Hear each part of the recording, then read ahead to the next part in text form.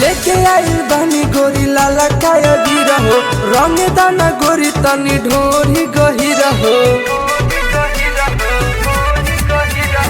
लेके आइल बानी गोरी लाला काया गिरहो रंग दाना गोरी तनी ढोरी गहिरहो। गोरे गलिया पया बहमल दी हो अरे पेंटर होई सेंटर में आब दी हो। दुनु जवानवा होली में गोरी रंग दी हो। पेंटर होई सेंटर में आब दी हो। दुनु जवानवा होली में गोरी रंग दी हो।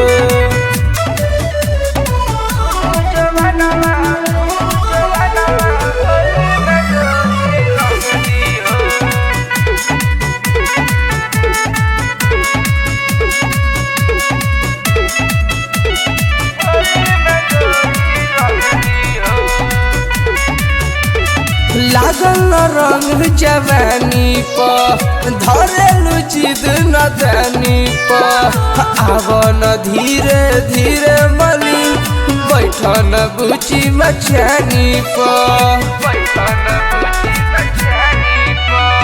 लागल रंग जवानी पर धरेलु जिद न दानी पर आवन धीरे धीरे मली बैठन बुची मचानी पर। कोनो लफुआ भेटाई भीतर धी हो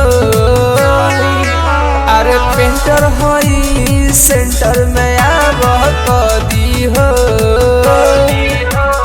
दुनु जवानवा होली में गोरी रंग दी हो। पेंटर होई सेंटर में आब दी हो।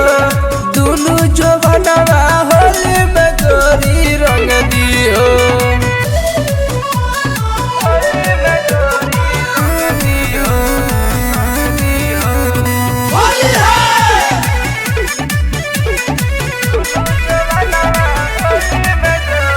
करब न तोरा दुर्गत हो बदला नया पन मत हो। आइल बाहोली सारा रारा बोली संगे में राइटर भरत हो।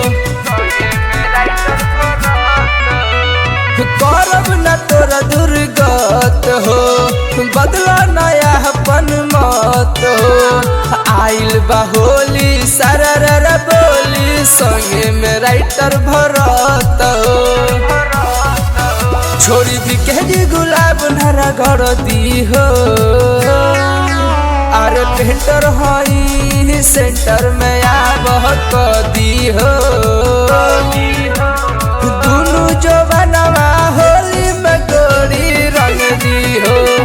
पेंटर होई सेंटर में आब दी हो। दुनु जवानवा होली में गोरी रंग दी हो। अरे रंगवाला ना।